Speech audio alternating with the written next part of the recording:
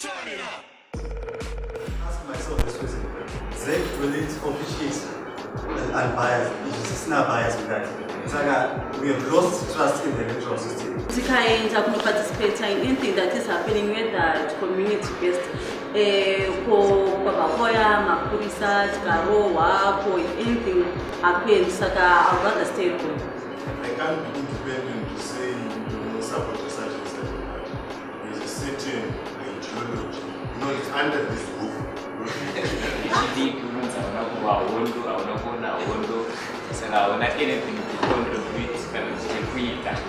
So we realize also that the threat of violence remains a possibility in our country, thereby it being a hindrance to youth participation in elections.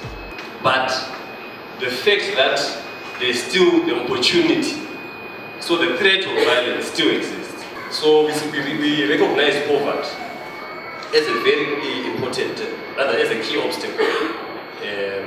Affect a meaningful participation in my youth.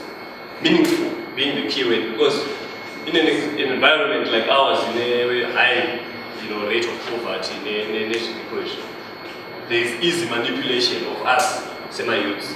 Yes, we have been seeing it for the past 25 years, but it remains an important issue. Definitely we need my laws, labor policies, are conducive that allow for meaningful participation of youth. Youth actually make up 67.7% of the total population in Zimbabwe. 67.7%. In the 2018 election, youth constituted 44% of the registered voters on the voters roll, which apparently is the highest number in the history of elections in Zimbabwe. So this year, or rather this past election, recorded the highest in terms of interest here by young people. Then one issue for enforced migration. Because of the search for a better life, rather than opening would be meaningful, we are forced to migrate to other countries. The bulk of our youth population actually is in the diaspora. I've been a victim of the same thing, ignorance amongst you. We do not really know what's going on. We are being manipulated never kurajo. We can't speak with one voice as youths because we are all separated. We are part of so many parties because we're looking for a way out. There are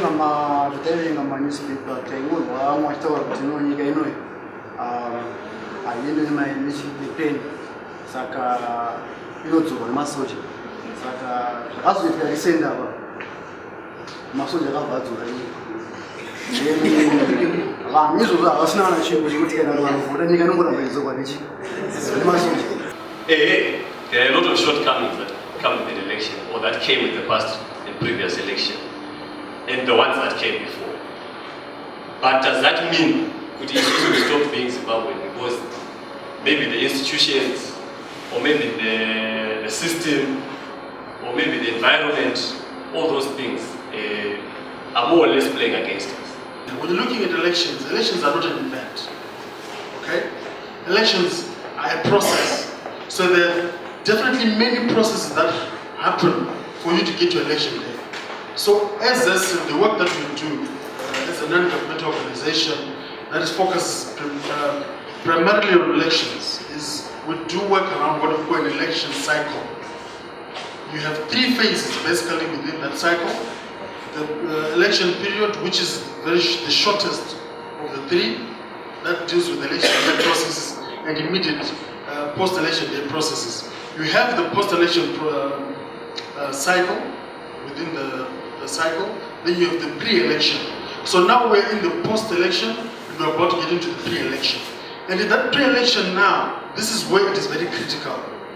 Election observers, by their nature, are supposed to be impartial and independent people.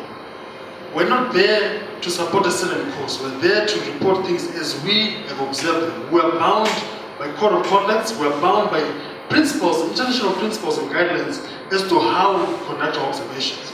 And our methodology was simple. we would have wanted to deploy observers at every polling station, but we couldn't. So we deployed at least 3 observers per ward. I think this is the very first election where we had 23 presidential candidates, the first in Zimbabwe, 4 of whom were female, and a couple I think were young people. There's some famous people amongst those that we want to categorize as young. Soon after the military assisted transition, okay, you can call it what you want, I call it military assisted transition. We have a new government that has come in. Then we have the 2 most senior people in the commission in terms of the secretariat and the commissioners themselves resigning 4 to 5 months before the election. And that raised a lot of dust as to what was the motivation. No reasons were given as to why they resigned. So that was one of the first things that then began to eat into the confidence that you guys had in the commission. We sort of feel like the government, the Gambo at the time, the new dispensation, it had more to do with these new appointments. If you would maybe very biased to that particular government. If we analyze it, to take another response in terms of what was happening, I'm going to on one side, even after election, we all seemed free about the code of conduct among Botaura.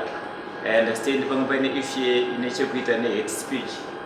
So my statement I told when mkuru wenyika ekuti kubukura victory hate speech chitarisa kuto undermine kuto shoropodza trigger my emotions ekuti pave nemukana weviolence. After my elections takaona kuti kusedresa mupefo kwabva watonopisha matenda vanotombomira wacho the other side vaunoti konipoti yacho chataura ichiti kudi kana kuti ranga kuti takahwina kudhara takadii of which titaimira kuti pamwe zvichazonzwa kana kuti rerun kana kuti vakati nezvichaitika.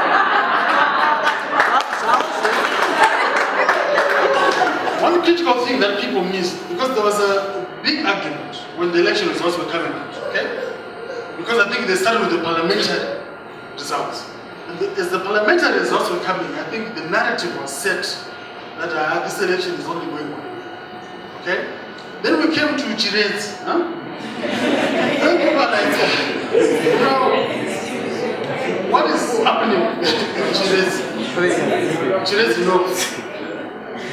And I remember having this conversation with some journalists in Malawi to say, okay guys, you wrote stories about this. And she just knows I saw many memes on my WhatsApp, Instagram, or whatever. And you ask yourself, how many people are registered to vote in Chirezi? Do you know? Do you guys know? You don't know.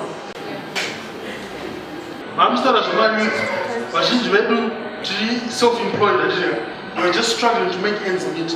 Would you be able to compete with an established politician backed by a strong political party when they begin to do their campaigns? So this is how we must begin to think. In your disappointment, with whatever happened, or in your joy over the electoral outcome, there are those who are happy, there are those who are not happy. It's normal. That's life. But we must begin to think, to say, as a sector, as young people, what serves us best? What we want as youth, what we aspire for. And these are lessons learned. That's why we're having this reflection meeting. Because election, now we're having this for us to reflect on our experiences and say if there is need for us to fix elections. Hi, my name is Munashi Zareno. I'm 21 years old. And this was my first time participating in the voting process. I was so happy to vote, and I learned a lot from voting. I also learned that if we vote, we get to get a background check of we can also talk to our leaders and make follow-ups on what is happening and what we want. We can also suggest what we want to be done to our nation. My name is Tarulais Nyamuda. I'm 22 years old. I was a virgin voter in this just ended election 2018. I was very happy to vote, but above all, I think it made me realize how I should participate even in the election process, in the political process as a youth, so that I can inform and build a better nation for the younger generations of Zimbabwe. I'm Rarashe Makarara, and I'm also a virgin voter, and I'm 23 years old. I was excited to vote in this year's election because I had a feeling that I would change the way things are going to be done. It was my right. It was the first time I had to act as a real Zimbabwean. I felt like I'm an actual Zimbabwean who's participating in things that concern my government and the things that are going to run my future. And I look forward to vote also in 2023, as I'll be older and much into the politics of this nation. And I think my vote will aid also in the economic development of my country.